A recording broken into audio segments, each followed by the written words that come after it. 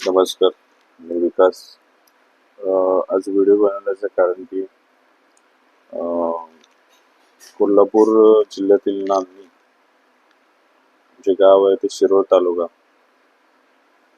या ठिकाणी एक 5 ते 6 दिवसापूर्वी तिथली मठामधली जी महादेवी हत्ती होती तिला गुजरातमधील जामनगर येथील खाजगी जे अभयारण्य आहे जे मुकेश अंबानी आणि त्यांचा मुलगा आनंद अंबानी यांच्या मालकीचं आहे तिथं त्या हत्तीला घेऊन गेलेत. आता याच्या पाठीमागचं नेमकं कारण काय आहे, म्हणजे का त्याला घेऊन गेले? आता विषय असा आहे की 2023 मध्ये पेटाने एक याचिका दाखल केली होती. पेटा म्हणजे जी प्राणीमित्र संघटना आहे त्यांनी हायकोर्टामध्ये, मुंबई हायकोर्टामध्ये एक याचिका ही केली. त्याच्यानंतर त्याच्यामध्ये त्यांनी असं म्हटलं होतं की जे जे मठामधील जी हत्ती आहे ते महादेवी हत्ती आहे, तिचं व्यवस्थित संगोपन होत नाही, तिला साखळीने वगैरे बांधून ठेवलेलं आहे आणि प्लस ती आजारी आहे असं रिपोर्ट येऊन अशी याचिका ही मुंबई हायकोर्टमध्ये केली होती. पण त्याच्यावरती ते हायकोर्टाने जो निर्णय दिला की ही जी हत्ती आहे तिथून तिला मोकळं करून जे वनतारा जे जामनगरमध्ये जे अभयारण्य खाजगी आहे तिथं तिची रवानगी व्हावी, तिथं त्याची व्यवस्थित काळजी घेतली आहे. त्या तरतुदीचा निकाल दिल्यामुळे एक 4 ते 5 दिवसापूर्वी त्या महादेवी हत्तीला वनताराचं जे पूर्ण टीम आणि शासनाचे म्हणजे कोर्टाचा निर्णय असल्यामुळे त्या हत्तीला घेऊन जाण्याशिवाय काही पर्याय नव्हता. पण पेटाने पण वनताराशी संगनमत करून ह्या गोष्टीचा नक्की कोणता राजकीय आणि कोणत्या हेतूने घेऊन गेलेत हे समजायला हे नाहीये. आता विषय असा आहे की 6 दिवसापूर्वी जे घेऊन गेले हत्तीला त्याच्यासाठी विविध संघटनाकडून आणि नांदणी गावातील गावकऱ्यांकडून अडवण्याचा प्रयत्न केला, मोर्चे काढण्याचा प्रयत्न केला, पण शेवटी कायद्याच्या पुढं प्रत्येकाला त्याचा सन्मान करावा लागतो ह्या हेतूने त्या महादेवी हत्तीला घेऊन गेले. पण हा विषय पाठीमागे घेऊन गेले, पण याच्या मागचं नेमकं कारण काय आहे? थोडक्यात माहिती म्हणजे जे आता गुजरातमधील जे जामनेरमध्ये जे वनतारा हे अभयारण्य, खाजगी अभयारण्य म्हणता येईल, जे रिलायन्स इंडस्ट्रीजचं जे त्यांच्या मालकीचं ते आहे. आता कमीत कमी 2,500 हत्ती त्याच्यामध्ये आहेत, पण त्यांना प्रशिक्षित असा हत्ती भेटलेला नव्हता. त्याच्यामुळंच आता काही गोष्टी समोर येतात की त्याच्यामुळेच या हत्तीला तिकडे घेऊन गेलेत. पण शेवटी कसं आहे, या हत्तीचा कोल्हापूर जिल्हा या नांदणी गावात जे 13 वर्षाचा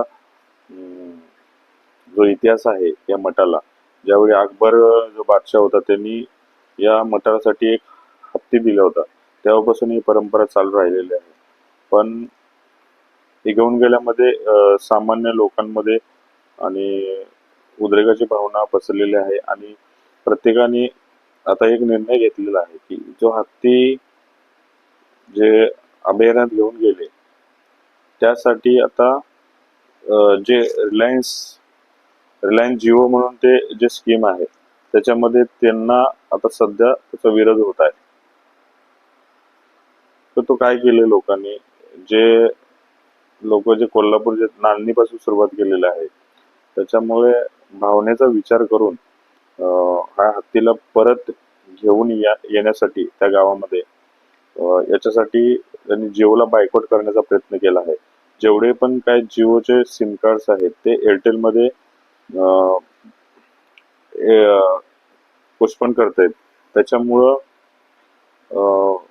ह्या गोष्टीला एक वेगळं वळण लागलेलं आहे. आता कमीत कमी काल परवा एक मूक मोर्चा देखील निघाला आणि आता कंटिन्यू जोपर्यंत हत्तीला घेऊन येत नाहीत तोपर्यंत हे वेगवेगळं मोर्चे पाठपुरावा हा चालत राहणार आहे.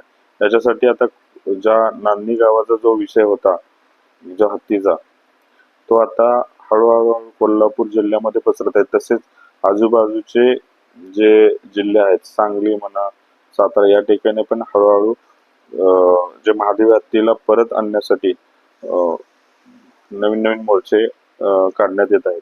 आता विषय हा नेमका हत्तीचा इतिहास काय आहे?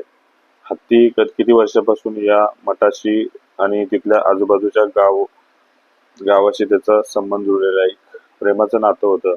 त्याच्यामध्ये हत्ती कमीत कमी 6 वर्षाचा असताना कर्नाटक जंगलामधून हा हत्ती या मठामध्ये आणला गेला आणि कमीत कमी आज 35 वर्ष झालं तो तिथं राहतोय आणि डेली एक 10 किलोमीटर बाजूच्या गावामध्ये जयसिंगपूर असेल, बाजूचे शिरोळ वगैरे या ठिकाणी तो फिरत असतोय आणि बाकीच्या बाजार मार्केट वगैरे.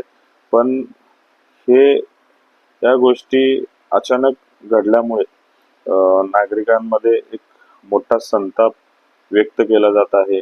तसेच आता जे मठाकडून देखील सुप्रीम कोर्टामध्ये त्याच्यासाठी याचिका दाखल करण्यात आलेली आहे.